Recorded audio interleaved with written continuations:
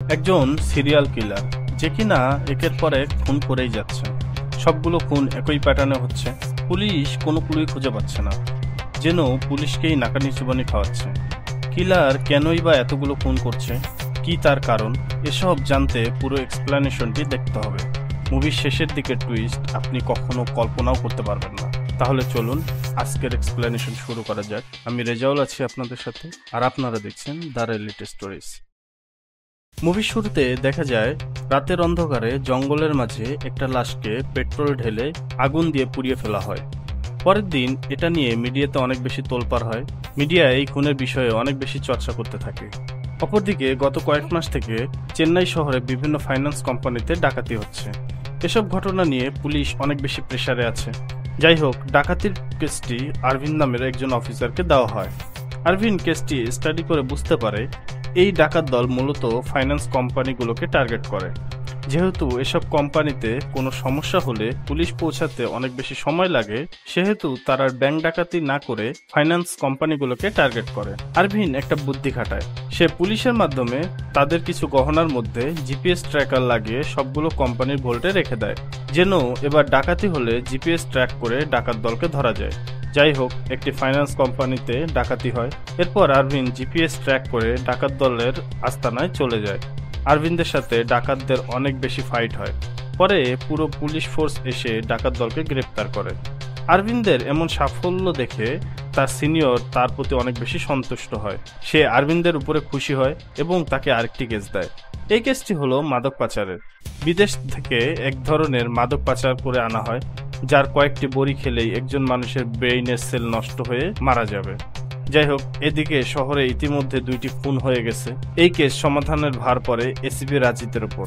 রাজিত কেসটি সলভ করার জন্য অনেক বেশি চেষ্টা করতে থাকে, কিন্তু কোনোভাবেই কোনো ক্লু খুঁজে পাচ্ছে না। কিলার অনেক বেশি চালাক, সে কোনো প্রকার এভিডেন্স রাখছে না।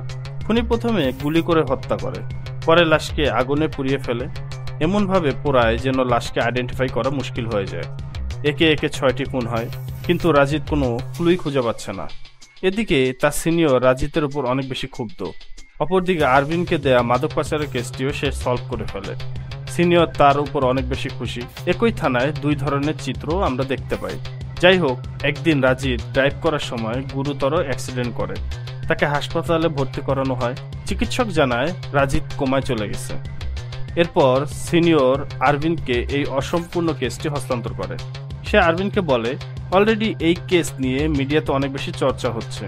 আমরা কিছু করতে না পারলে ডিজিপি কেসটি সিবিআইকে হস্তান্তর করবে। এটা আমাদের জন্য অনেক বেশি অপমানজনক, সুতরাং তোমাকে একদম উঠে পড়ে লাগতে হবে। রাজিতের সাথে এই কেসটি এসআই মনোহর ইনভেস্টিগেশন করছিল। সিনিয়র অফিসার মনোহরকে ডেকে বলে, তুমি আরভিনকে সহযোগিতা করবে। এরপর আরভিন মনোহরের হেল্প নিয়ে মার্ডার প্লেসগুলোতে ভিজিট করে। সে বুঝতে পারে সবাইকে প্ল্যান করে খুন করা হয়েছে, আর খুনের প্যাটার্ন একই রকম। এরপর আরভিন রাজিতের ওয়াইফের সাথে কথা বলে। সে জিজ্ঞাসা করে, রাজিত স্যার আপনাকে এই কেস নিয়ে কখনো কোনো কিছু জানিয়েছে কিনা? রাজিতের ওয়াইফ বলে, রাজিত কখনো অফিসের কোনো বিষয় পরিবারের কারোর সাথে শেয়ার করে না। আরভিন বলে, স্যারের কি কোনো ডায়েরি বা কোনো নোটবুক আছে যেখান থেকে আমরা কোনো ইনফরমেশন পেতে পারি? উত্তরে সে জানায়, না, রাজিত কোনো ডায়েরি বা নোটবুক লিখত না। এরপর আরভিন সেখান থেকে চলে আসে। আরভিন মনোহরকে বাড়িতে পৌঁছে দেয়।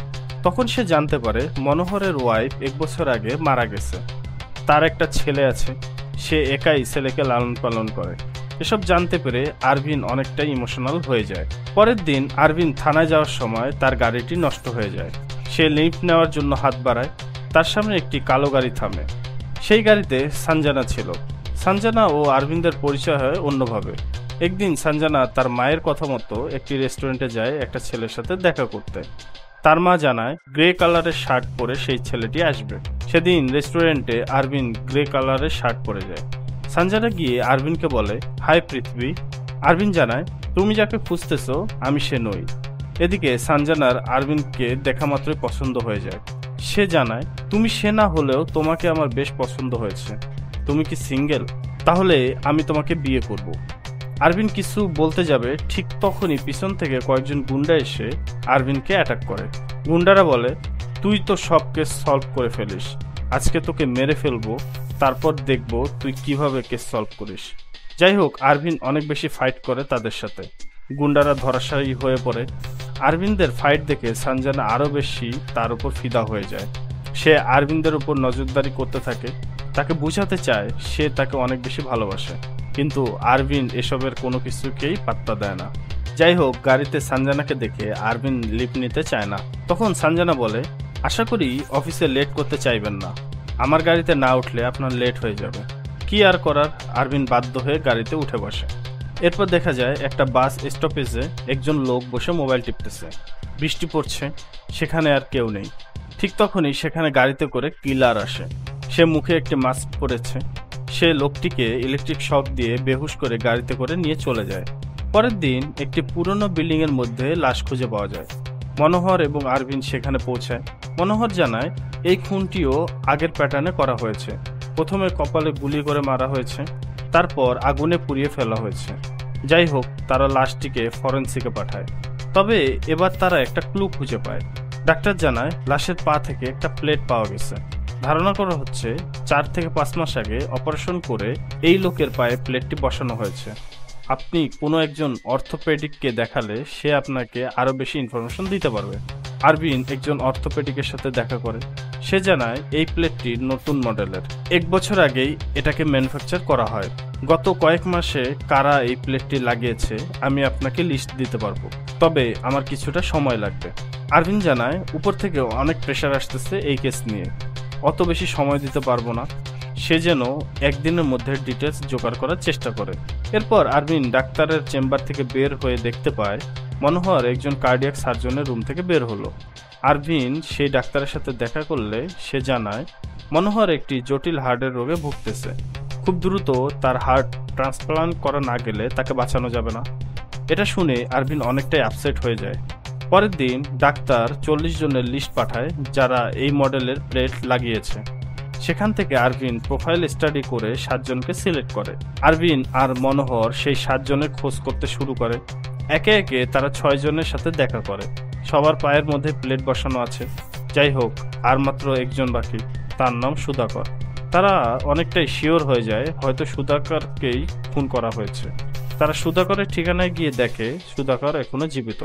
তারা অনেকটাই হকচকিয়ে যায়। তারা দেখে সুধাকরের বাবা প্যারালাইসিসের রোগী। সে আর তার বাবা এখানে থাকে।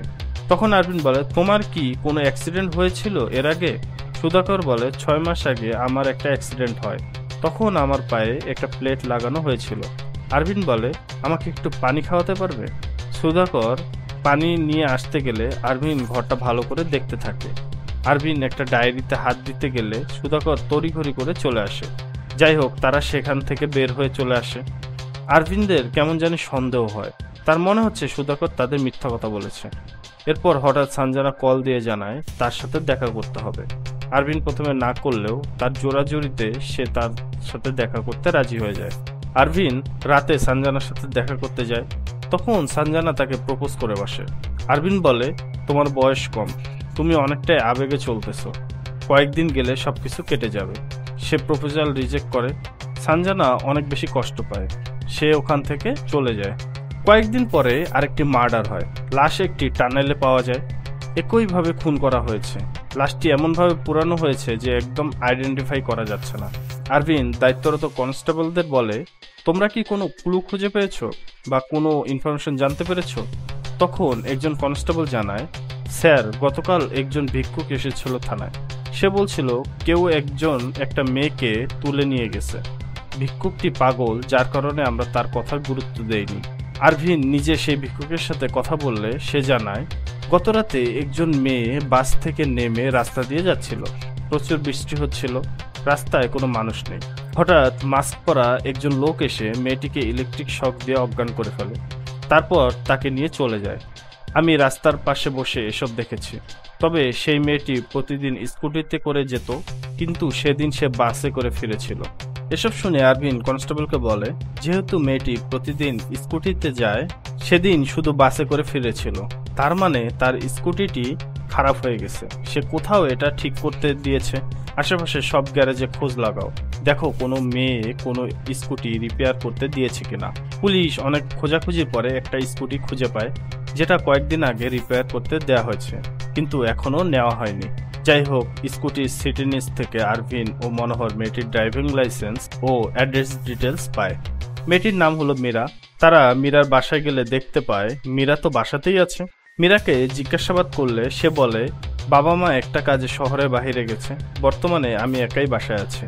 তখন একজন কনস্টেবল বলে ওঠে, তুমি তো আজকে সকালেই থানায় গিয়েছিলে, তোমার কুকুর হারানো গেছে সেটার কমপ্লেইন লিখতে। তখন আরভিন মীরাকে জিজ্ঞাসা করে কুকুরটি পেয়েছে কিনা। মীরা জানায় সে এখনো খুঁজে পায়নি। তখন আরভিন পুরো ঘরটি পর্যবেক্ষণ করে বলে, ঘরের কোথাও কুকুরের একটা পশমও নেই, এমনকি কুকুর খাবার খায় এমন কোনো পাত্রও দেখতে পাচ্ছি না। তার মানে তুমি মিথ্যে কথা বলছো। এমন সময় রুমের ভিতর থেকে মনোহর আরভিনকে ডাক দেয়।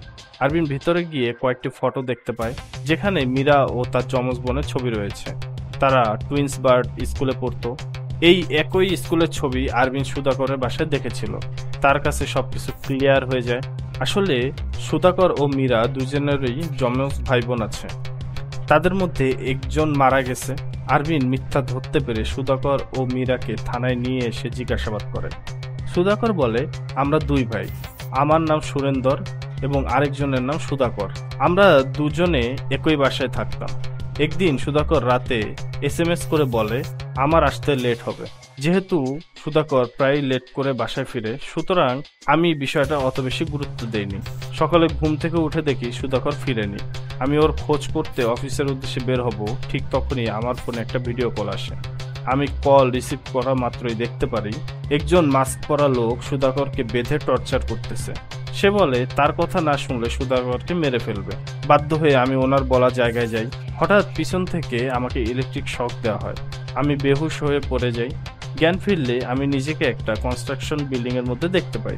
সেখানে হঠাৎ একটা ফোন বেজে ওঠে। আমি কল রিসিভ করলে দেখতে পাই মাস্ক পরা লোকটি সুধাকরকে টর্চার করতেছে। সে আমাকে সামনে থাকা একটা তাঁবুর মধ্যে যেতে বলে।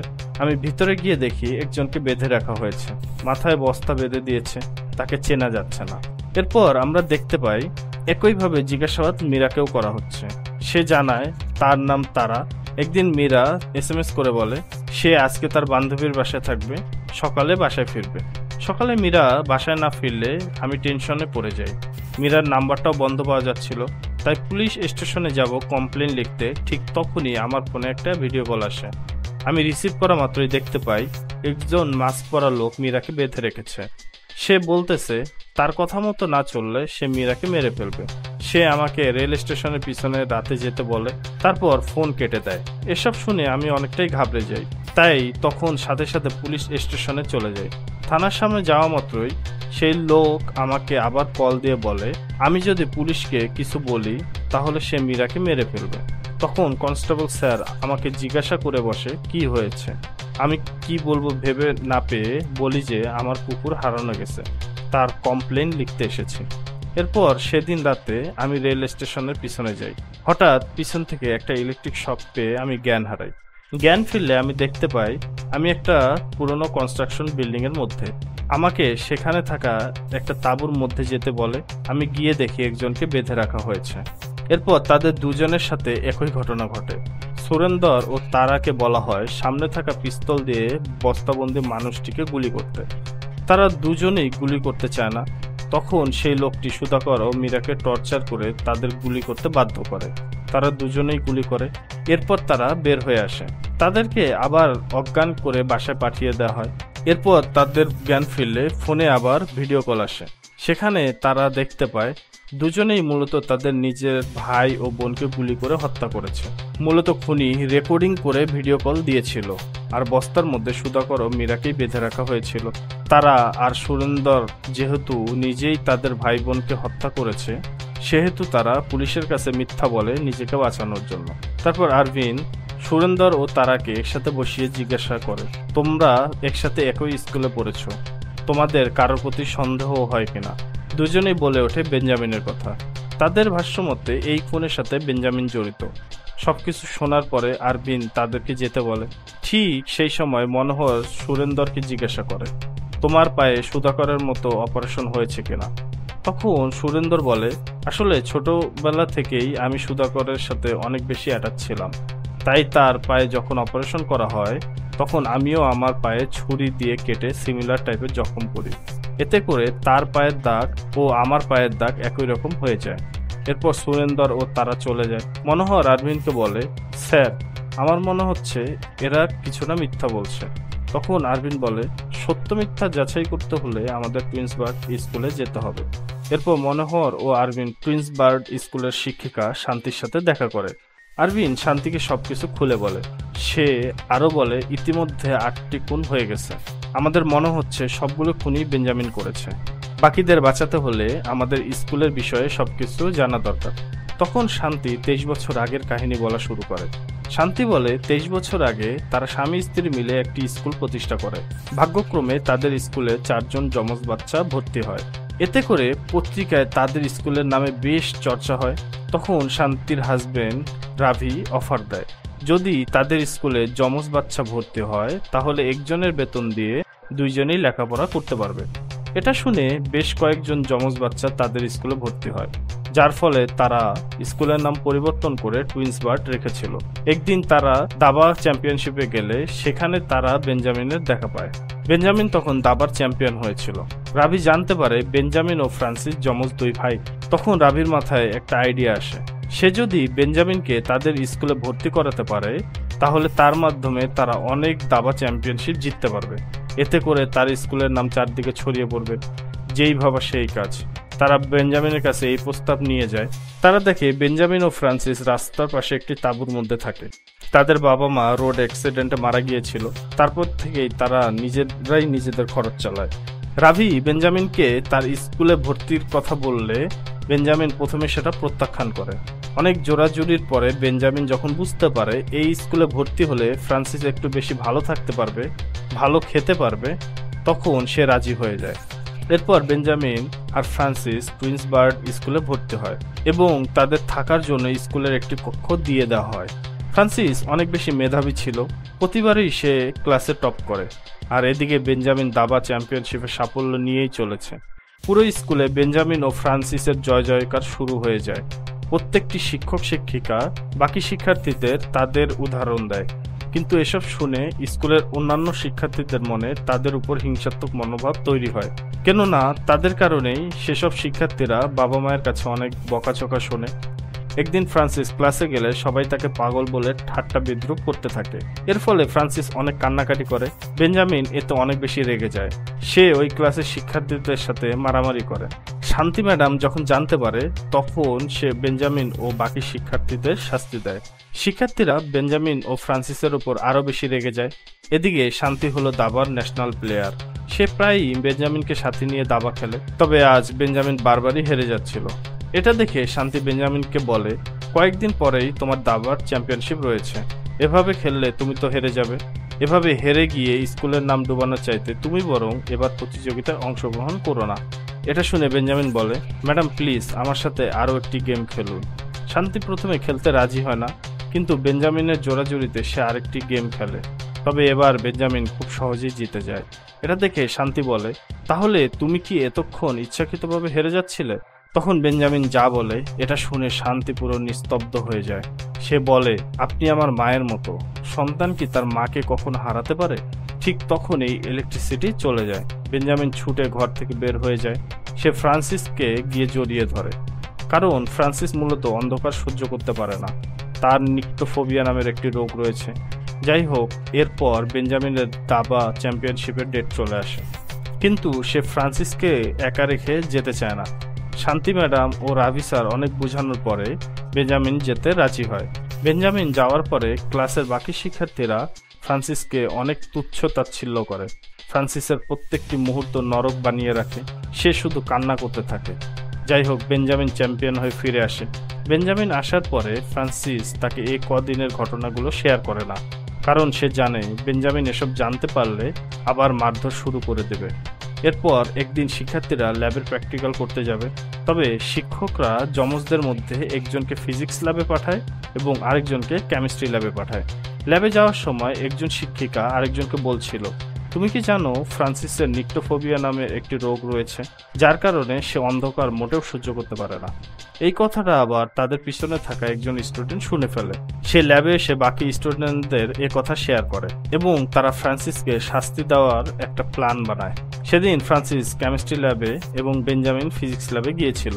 ফ্রান্সিস ল্যাবে প্রবেশ করার পরে স্টুডেন্টরা ল্যাবের দরজা বন্ধ করে লাইট অফ করে দেয়। এতে করে অন্ধকার তৈরি হয়।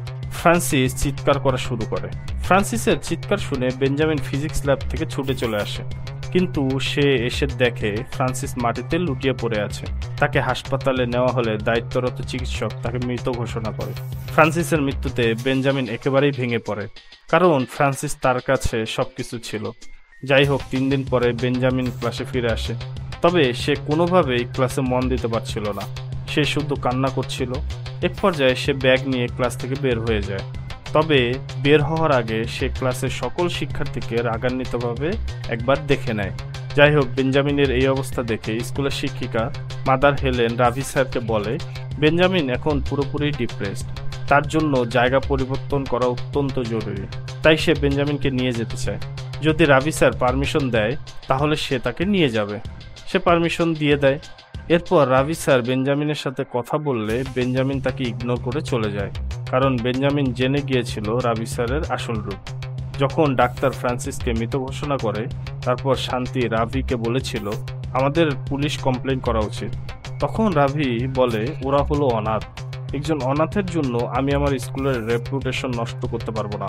এই কথাটা আবার বেঞ্জামিন শুনে ফেলে, যার কারণে সে আর এই স্কুলেই থাকতে চায়নি। বেঞ্জামিন মাদার হেলেনের সাথে চলে যায়। কয়েকদিন পরে মাদার হেলেন শান্তিকে জানায় একজন দম্পতি বেঞ্জামিনকে দত্তক নিয়েছে, তবে সেই পরিবারের ঠিকানা বেঞ্জামিন কাউকে দিতে মানা করেছে। এরপর আরভিন শান্তিকে জিজ্ঞাসা করে, আপনার স্কুলের এখন কি অবস্থা? তখন শান্তি বলে, আমরা আমাদের কৃতকর্মের ফল ভোগ করেছি। একদিন আগুন লেগে আমাদের স্কুল একদম পুড়ে যায়। এটার আঘাত আমার হাজবেন্ড সহ্য করতে পারে না, তাই সে অতিমাত্রায় মদ খাওয়া শুরু করে। এই বদ অভ্যাসের কারণেই সে মারা যায়। এরপর আরভিন বলে, ওই ক্লাসের শিক্ষার্থীদের ডিটেলস তার কাছে আছে কিনা? তখন শান্তি একটি রেজিস্টার খাতা বের করে দেয়, যেখানে ক্লাসের সকল শিক্ষার্থীদের ডিটেলস রয়েছে। এটা নিয়ে আরভিন বের হয়ে আসে। আরভিন সকল পোস্টমর্টমের রিপোর্টের সাথে রেজিস্টার খাতা ম্যাচ করিয়ে একটা জিনিস বুঝতে পারে, বেঞ্জামিন সবাইকে তাদের জন্মদিনের দিনেই খুন করতেছে, কারণ ফ্রান্সিসকে তার জন্মদিনের দিনেই মারা হয়েছিল। সে দেখে সঞ্জনা অঞ্জনা এবং ধীরান ধীরাজ এদেরকে ছাড়া বাকি সব যমজদের মধ্যে একজনকে খুন করা হয়েছে। তার মানে বেঞ্জামিন এখন সঞ্জনা অঞ্জনা এবং ধীরান ধীরাজকে টার্গেট করবে। আরভিন মনোহরকে বলে সে যেন বাকি যমজদের সাথে কথা বলে খোঁজ নেয় যে তাদের সাথেও সুধাকর ও তারার মতো ঘটনা ঘটেছে কিনা। এদিকে আমি সঞ্জনা অঞ্জনা ও ধীরান ধীরাজের খোঁজ করি। এরপর আরভিন রেজিস্টার খাতা থেকে সঞ্জনাদের অ্যাড্রেস বের করে সোজা সঞ্জনাদের বাড়িতে চলে আসে। সে কলিং বেল চাপলে অঞ্জনা দরজা খুলে। আরভিন ভিতরে যায়। সঞ্জনা তো আরভিনকে দেখে একদম খুশিতে আটখানা হয়ে যায়। যাই হোক, আরভিন তাদের পরিবারকে সবটা জানায়। এরপর সঞ্জনা অঞ্জনাকে নিয়ে মনোহরের বাড়িতে আসে। যেহেতু তাদের জীবনাশের রিস্ক রয়েছে, সেহেতু তাদেরকে পুলিশের তদারকিতে রাখাটাই সবচেয়ে বেশি নিরাপদ। তাই সে তাদেরকে মনোহরের বাড়িতে নিয়ে এসেছে। মনোহর আরভিনকে জানায় বাকি স্টুডেন্টদের সাথেও সুরেন্দর ও তারার মতো ঘটনা ঘটেছে, কিন্তু তারা কেউই পুলিশ কমপ্লেন করেনি, কারণ তারা নিজের হাতেই তাদের ভাই অথবা বোনকে খুন করেছে। এরপর আরভিন ধীরান ধীরাজের খোঁজে তাদের অ্যাড্রেসে যায়। সেখানে গিয়ে জানতে পারে 15 বছর আগেই তারা এখান থেকে চলে গেছে। তারপর একজন মুদি দোকানদারকে জিজ্ঞাসা করলে সে বলে এখানকার বাজারে ধীরান ধীরাজের মায়ের একটা দোকান ছিল, ওখানে গেলে হয়তোবা তাদের খোঁজ পাওয়া যেতে পারে। যাই হোক, আরভিন সেই দোকানে গিয়ে জানতে পারে ধীরান ধীরাজের মা অনেক আগেই এই দোকানটি বিক্রি করে চলে গেছে। তখন আরভিন বর্তমান দোকানদারকে বলে ধীরান ধীরাজের কোনো খোঁজ পেলে আমাকে সাথে সাথেই জানাবে, তাদের জীবননাশের শঙ্কা রয়েছে। পরের দিন শহরে আরও একটি খুন হয়। এই খুনটিও একই প্যাটার্নে করা হয়েছে। প্রথমে গুলি করা হয় এবং পরে লাশকে জ্বালিয়ে দেওয়া হয়। সিনিয়র অফিসার আরভিনকে বলে খুনি আমাদের আগে ধীরান ধীরাজের খোঁজ কিভাবে পেল, আর এই লাশ ধীরান নাকি ধীরাজের এটাই বা আমরা কিভাবে বুঝবো? তখন আরভিন বলে স্যার, এটা ধীরানের লাশ। আমি তদন্ত করে জানতে পেরেছি বেঞ্জামিন শুধু তাদেরকেই মারছে সেদিন ফিজিক্স ল্যাবে যারা ছিল। বেঞ্জামিন কেমিস্ট্রি ল্যাবের ওই শিক্ষার্থীদের ঠিক ততটাই যন্ত্রণা দিতে চায় যতটা যন্ত্রণা সে এতদিন পেয়ে এসেছে। তখন সিনিয়র অফিসার বলে আমি এখন ডিজিপিকে কি বলবো? আর মিডিয়া এদিকে নিউজ বানিয়েই যাচ্ছে। তখন আরভিন বলে, স্যার আমাকে আর একটা শেষ সুযোগ দিন, আশা করি খুব দ্রুতই কিলারকে ধরতে পারবো। অফিসার বলে, ঠিক আছে, যা করবা দ্রুত করো। আর হ্যাঁ, রাজিতের জ্ঞান ফিরেছে, সে তোমার সাথে দেখা করতে চায়, তুমি গিয়ে দেখা করো। এটা বলে সিনিয়র অফিসার চলে যায়। আরভিন রাজিতের সাথে দেখা করতে যায়। রাজিত আরভিনকে বলে, আমার মূলত অ্যাক্সিডেন্ট হয়নি, আমাকে প্ল্যান করে মারার চেষ্টা করা হয়েছে। সেদিন রাতে হঠাৎ আমার ফোনে একটা কল আসে, আমাকে জানানো হয় একটা লাশ পাওয়া গেছে। ঠিকানা মতো যাওয়ার পথে হঠাৎ একটি কালো গাড়ি আমার গাড়ির সামনে চলে আসে। আমি কিছু বুঝে ওঠার আগেই রাস্তায় পড়ে থাকা বস্তার উপরে আমার গাড়ি উঠে যায় এবং সাথে সাথে গাড়ি উল্টে যায়। কিন্তু অবাক করার বিষয় হলো, সেই কালো গাড়িতে থাকা লোকটি আমাকে হাসপাতালে নিয়ে যায়। আমি জানতে পারি ওই লোকটির নাম হলো বেঞ্জামিন। তখন আরভিন বলে, যে আপনাকে মারার চেষ্টা করলো সেই আপনার জীবন বাঁচালো, এর কি কোনো কারণ আছে? রাজিত বলে, কারণ তো জানি না, তবে কোনো একটা কারণ তো অবশ্যই আছে, তা না হলে সে আমাকে বাঁচাতো না। কথা শেষে আরভিন চলে আসে। গাড়ি ড্রাইভ করার সময় শান্তি ম্যাডাম আরভিনকে কল দেয়। সে জানায় ফ্রান্সিসের মৃত্যুবার্ষিকীতে প্রতিবারই বেঞ্জামিন তার কবরে ফুল দিয়ে যায়। আমি যতবারই ফুল দিতে যাই ততবারই দেখি বেঞ্জামিন আগে থেকে ফুল রেখে গিয়েছে। কালকে ফ্রান্সিসের মৃত্যুবার্ষিকী এবং আমার বিশ্বাস বেঞ্জামিন অবশ্যই আসবে। যাই হোক, ঠিক রাত 12টায় আরভিন ফ্রান্সিসের কবরের পাশে লুকিয়ে অপেক্ষা করতে থাকে। কিছুক্ষণ পরেই ফুল দিতে বেঞ্জামিন আসে। তখন আমরা দেখতে পারি মনোহরই বেঞ্জামিন। মনোহর আরভিনদের উপস্থিতি বুঝতে পেরে তাকে আঘাত করে সেখান থেকে দৌড়ে গাড়িতে ওঠে। আরভিন মনোহরকে গাড়িতে করে ধাওয়া করে, কিন্তু মনোহর আরভিনদের চোখ ফাঁকি দিয়ে পালাতে সক্ষম হয়। আরভিন কিন্তু মনোহরকে অন্ধকারে দেখতে পায়নি যে এটাই মনোহর, তাই সে দ্রুত মনোহরের বাড়িতে চলে আসে সঞ্জনা ও অঞ্জনার খোঁজ নিতে। এদিকে মনোহর আরভিন আসার আগেই বাড়িতে পৌঁছে যায়। আরভিন মনোহরকে বলে, বেঞ্জামিন আমাদের প্ল্যান জেনে গেছে, সুতরাং অঞ্জনা ও সঞ্জনাকে এখানে রাখলে ঝুঁকি রয়েছে। যাই হোক, আরভিন তাদেরকে নিতে বাড়ির ভিতরে ঢুকলে দেখতে পারে সঞ্জনা ও অঞ্জনাকে চেয়ারের সাথে বেঁধে রাখা হয়েছে। আরভিন কিছু বুঝে ওঠার আগেই মনোহর তাকে পিছন থেকে তার মাথায় আঘাত করে। আরভিন অজ্ঞান হয়ে পড়ে যায়। কিছুক্ষণ পরে আরভিনের জ্ঞান ফিরলে সে দেখতে পায় সঞ্জনা চেয়ারের সাথে বাঁধা রয়েছে। মনোহর অঞ্জনাকে সাথে নিয়ে চলে গেছে। আরভিন সঞ্জনাকে সাথে নিয়ে মনোহরের খোঁজ করতে শুরু করে। পুলিশ কন্ট্রোল রুম থেকে সে জানতে পারে মনোহরের গাড়ি পুনে হাইওয়েতে দেখা গেছে। ওই পথে যাওয়ার সময় আরভিন দেখতে পায় রাস্তার পাশে একটি নির্মাণাধীন ভবন। তখন আরভিনদের মনে পড়ে যায় সুরেন্দ্র ও তারা তাকে বলেছিল তাদের দুজনকেই একটি নির্মাণাধীন ভবনে নিয়ে যাওয়া হয়েছিল। মনোহর হয়তো এখানে এসেছে, এটা ভেবে আরভিন সেই ভবনে ঢুকে যায়। আরভিনদের ধারণাই সঠিক, এখানে মনোহরের গাড়ি সে দেখতে পায়। আরভিন ও সঞ্জনা গাড়ি থেকে নেমে মনোহর ও অঞ্জনাকে খুঁজতে থাকে। আরভিন মনোহরকে দেখতে পেয়ে তার দিকে পিস্তল তাক করে। সে যখনই মনোহরকে গ্রেপ্তার করতে যাবে ঠিক তখনই মনোহর তাকে আঘাত করে পিস্তলটি ফেলে দেয়। এরপর মনোহর ও আরভিনদের মধ্যে ফাইট হয়। ফাইটের এক পর্যায়ে পিস্তলটি নিচতলায় সঞ্জনার সামনে পড়ে যায়। ঠিক তখনই উপর থেকে আরভিন সঞ্জনাকে বলে, লিফট দিয়ে মনোহর নিচে নামতেছে, লিফট খোলা মাত্রই পিস্তল দিয়ে তাকে গুলি করবে। এটা শুনেই সঞ্জনা পিস্তলটি হাতে নেয় এবং লিফট খোলা মাত্রই চোখ বন্ধ করে ফায়ার করে। কিন্তু লিফটে করে মনোহর নামেনি, নেমেছে অঞ্জনা। সঞ্জনা নিজ হাতে অঞ্জনাকে খুন করলো। আসলে এসব কিছুই ছিল আরভিনদের প্ল্যান। আরভিন নিজেই হলো বেঞ্জামিন। সে যখন মনোহরের দিকে বন্দুক তাক করে থাকে তখন মনোহর দেখে বেঞ্জামিনের বুকে ফ্রান্সিসের নাম লেখা। তখন মনোহর নামটি পড়ে চমকে যায়। আরভিন বলে, আমি বেঞ্জামিন। যাই হোক, আরভিন নিজেই অঞ্জনাকে লিফটে ঢুকিয়ে দিয়ে লিফট চালু করে দেয় আর সঞ্জনাকে বলে গুলি করতে। এরপর সেখানে রাজিত চলে আসে। সে বেঞ্জামিন ওরফে আরভিনকে গ্রেপ্তার করে। এরপর থানায় নিয়ে এসে জিজ্ঞাসাবাদ করলে বেঞ্জামিন সব সত্যি কথা বলা শুরু করে। সে ফ্রান্সিসকে হারিয়ে অনেক বেশি আপসেট হয়ে যায়, তাই সে প্রতিজ্ঞা করে ফ্রান্সিসের মৃত্যুর বদলা সে নিবেই। তবে একজন সাধারণ ব্যক্তি হয়ে সব শিক্ষার্থীকে খুন করলে খুব সহজেই সে পুলিশের হাতে ধরা পড়ে যাবে। তাই সে পড়াশোনা করে পুলিশ অফিসার হয়, যেন সহজেই সবাইকে খুন করতে পারে। সে প্রথম খুনটি করে এবং ভাবে এই কেসের তদন্তভার তাকেই দেওয়া হবে, কিন্তু সিনিয়র অফিসার তদন্তভার বেঞ্জামিনকে না দিয়ে রাজিতকে দেয়। এরপর বেঞ্জামিন একে একে 6টি খুন করে। বেঞ্জামিন জানতো সুধাকরের পায়ের সেই প্লেটটি যদি রাজিত পেয়ে যায় তাহলে সে সহজেই কেসটি সলভ করে ফেলবে। তাই বেঞ্জামিন প্ল্যান করে রাজিতের অ্যাক্সিডেন্ট করায়। এই কেস থেকে সরানোর জন্য যেহেতু রাজিতকে মারার প্ল্যান ছিল না, তাই সে নিজেই তাকে হাসপাতালে দিয়ে আসে। তারপর এই কেসের তদন্তভার বেঞ্জামিনের উপরে আসে। এরপর সে সুধাকর ও মীরাকে খুন করে, কিন্তু তার কাছে সঞ্জনা, অঞ্জনা ও ধীরান ধীরাজের অ্যাড্রেস ছিল না। তাই সে টুইন্স বার্ড স্কুলকে এই কেসের মধ্যে নিয়ে আসে এবং রেজিস্টার খাতা থেকে তাদের অ্যাড্রেস সংগ্রহ করে। সে ধীরানকে খুঁজে তাকে ফোন করে, কিন্তু ঝামেলা হয় তখনই যখন রাজিতের জ্ঞান ফিরে আসে। সে কিভাবে যেন বেঞ্জামিনকে চিনে ফেলে। বেঞ্জামিন ধরা পড়ে যাবে এটা ভেবে সে তার প্ল্যানের মধ্যে মনোহরকে নিয়ে আসে। বেঞ্জামিন একদিন রাতে মনোহরকে কল দিয়ে বলে, তুমি যদি আমার কথা মতো কাজ না করো তাহলে আমি তোমার ছেলেকে মেরে ফেলবো। বাধ্য হয়ে মনোহর বেঞ্জামিনের কথা মতো কাজ করে। সে ফ্রান্সিসের কবরে ফুল দিতে যায়।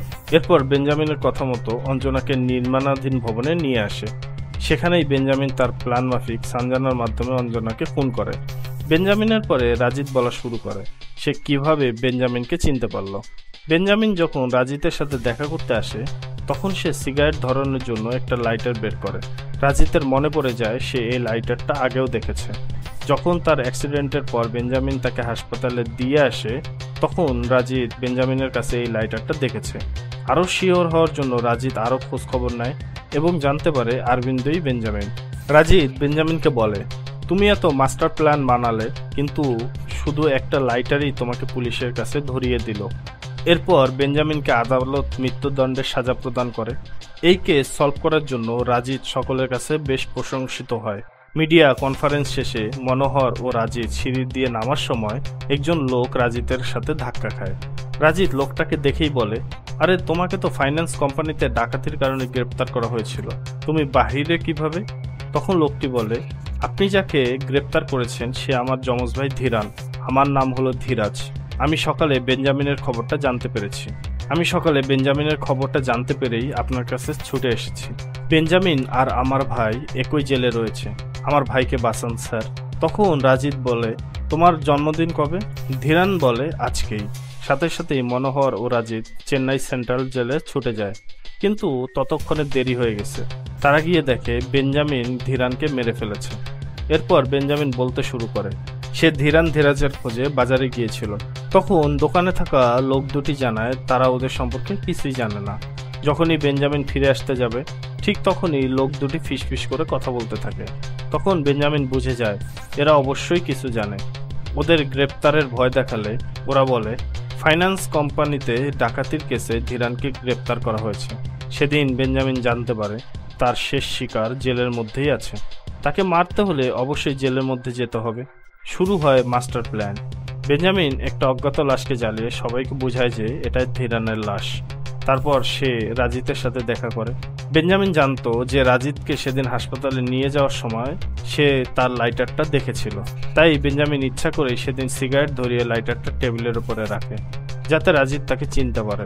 হলোও তাই, রাজিত বেঞ্জামিনকে চিনতে পারল। নিজেকে ধরা দিয়ে সে জেলে আসলো আর তার শেষ টার্গেটকে খুন করলো।